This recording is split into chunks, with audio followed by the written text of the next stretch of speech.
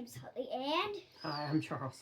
today we are going to be reading Better Than a Touchdown by Jalen Hurts and illustrated by Nika Myers. Here's the front and the back. And let's get reading. We will show you the pages throughout the reading. So This was going to be Jalen's year, the year he finally got to try out for the football team. That night he had dreamt of dodging defenders and scoring his first touchdown. Jalen was fired up as he walked out the door.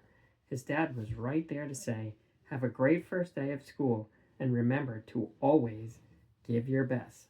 Jalen would try to remember that. here's the picture. We're trying to fit it in the screen. But when he burst into school, something was off. He noticed some boys huddled around the announcement board. Uh-oh. What's it say right there? Football Canceled. canceled. Oh. Uh-oh, that's a problem. Oh. That's gonna be an issue. What's up? Jalen asked. No football this year, his friend Trey said. Wait. What?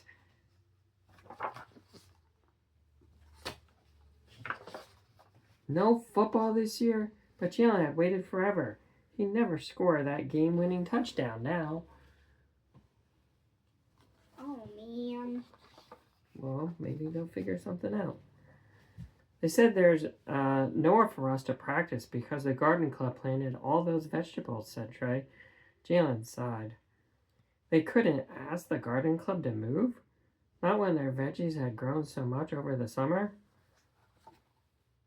Well, the garden club taking over things. Mm. He slumped into his classroom. A school year with no football. What is even the point? That's really hard, said Mrs. Lee. Overhearing Jalen and his friends, they explained about the football team, and she nodded, listening real close. But I always say challenges help you become better. Every step you take makes you braver and stronger. Jalen wasn't sure about all that, but he tried to remember. He's trying to remember a lot of things, isn't he? Yeah. Some advice from his elders. In music class, Jalen could barely focus on his xylophone. The notes sounded all wrong. When the kids were lining up, Jalen asked his teacher, Mr. Berry, "How come you're always in such a good mood?" The news about the football team was still getting Jalen down, and Mr. Berry was always happy. Maybe he could help. "Well, I love my job, kid. Helping others and being kind makes the world a better place, and that puts a smile on my face." Jalen would try and remember that, too.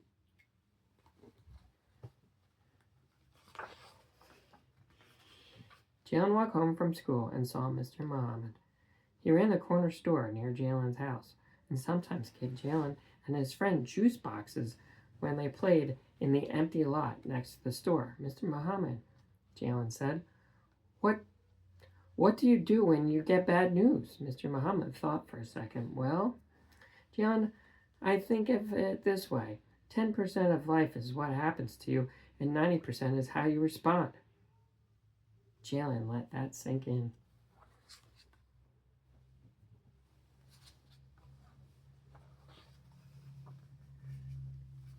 As he waved goodbye, Mr. Muhammad said, "Don't forget, Jalen, every day is a new adventure, and you get to choose how to face it."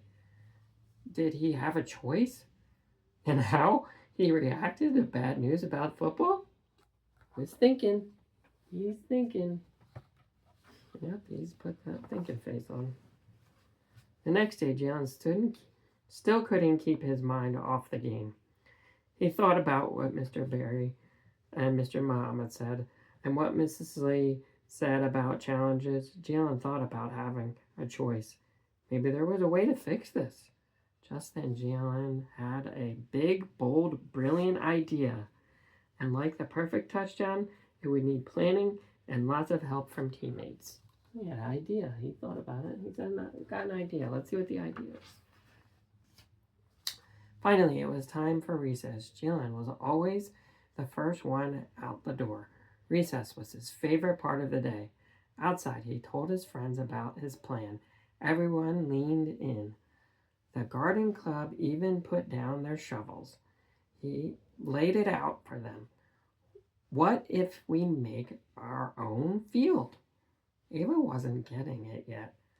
But where will we get the supplies? Jalen looked around and smiled. We have everything we need right here. We've got this. They're going to make their own field. See how that goes. It's pretty ambitious, huh? After school, the kids got to work. Over the next few days, they drew up plans. They checked out books from the library. The football team and gardening club worked together. That was nice. They dug, they planted, they hoped. Whenever things felt tough, Jalen reminded everyone, we can't lose if we don't quit. So just keep trying, right? Just keep trying. You can't lose if you keep trying. A week later, Mrs. Lee walked over to the empty lot and gasped. This is amazing, Mrs. Lee said. Look what you all have created together. To think this was just an empty lot until a couple of days ago. Now it's a practice field. You guys make quite a team. Wow. They made a field right in the empty lot.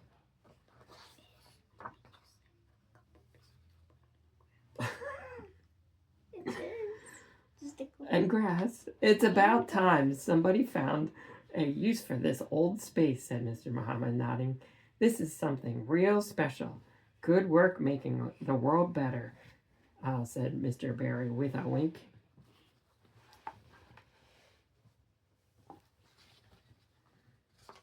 This is exciting. Jalen looked around. He had never been so proud of all of his friends and himself. It was even better than scoring that touchdown. Jalen ran over to high-five his dad.